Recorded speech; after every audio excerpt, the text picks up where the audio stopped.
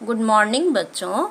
आज हम सब हिंदी व्याकरण पुस्तक में पाठ 2 वर्णमाला अल्फ़ाबेट पढ़ेंगे। बच्चों, इस पाठ में सबसे पहले हमें समझना है कि वर्ण किसे कहते हैं। वर्ण भाषा की सबसे छोटी इकाई जिसके टुकड़े ना किए जा सके उसे वर्ण कहते हैं। बच्चों, जब हम बोलते हैं तो हमारे मुख से ध्वनि निकलती है। उस ध्वनि को ही हम लोग वर्ण कहते हैं और उसके टुकड़े नहीं किए जा सकते, उसको तोड़ा नहीं जा सकता है। जैसे यहाँ पर जब हम कहते हैं छाता तो इसमें छ आ, छा में छ आ और ता में त आ, ये सारी ध्वनियाँ मिली हुई हैं और तब बना है शब्द छाता।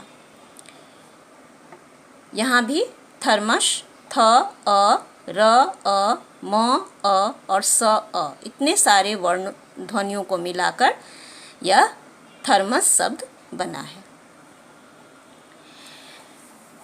वर्ण दो तरह के होते हैं, स्वर वर्ण और व्यंजन वर्ण।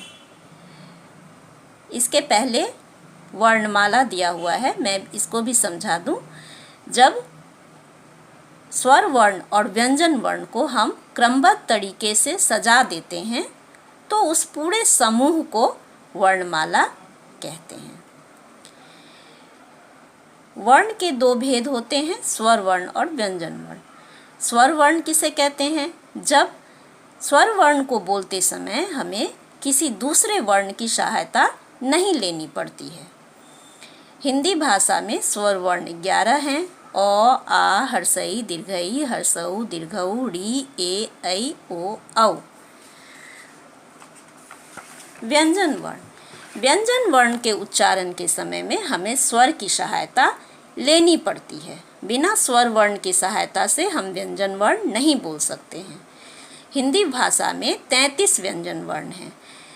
क, जैसे क बोलते हैं तो क में अ लगा होता है स्वर। बिना अ स्वर लगे हुए हम क नहीं बोल सकते हैं। क, ख, ग, घ, अंग, च, छ, ज, झ, इय, ट, ठ, ड, ढ, अण, त, थ, द, ध, न, प, फ, ब, भ, म, य, र, ल, व, तालव्य श, मूर्धन्य स, दंत स, ह। ये सारे व्यंजन वर्ण हैं। संयुक्त व्यंजन। जब दो व्यंजनों को एक साथ जोड़ देते हैं तो वे संयुक्त व्यंजन कहलाते हैं। 4 संयुक्त व्यंजन हैं, अक्ष, त्र, ज्ञ और स्र। क और स को मिला के अक्ष बना है, त और र को मिला के त्र बना है, ज और इय को मिला के ज्ञ बना है, तालव्य श और र को मिला के स्र बना है। अनुस्वार। वर्ण के ऊपर जब हम बिंदु लगा देते हैं तो उसे अनुस्वार कहते हैं। जैसे हंस, रंग, गंगा, ये सब अनुस्वार वाले शब्द हैं। अनुनासिक। वर्ण के ऊपर जब हम चंद्रबिंदु लगा देते हैं तो उसे अनुनासिक कहते हैं। जैसे चांद, आँख, दांत आदि। विसर्ग। विसर्ग स्वर के बाद हम लोग ऊपर नीचे बिंदियों के जैसा के रूप में लगाते हैं और इसका उच्चारण जो है वो ह की तरह होता है। जैसे अतः, प्रातः, नमः, ये बिंदी लगा हुआ है, ये विसर्ग की मात्रा है।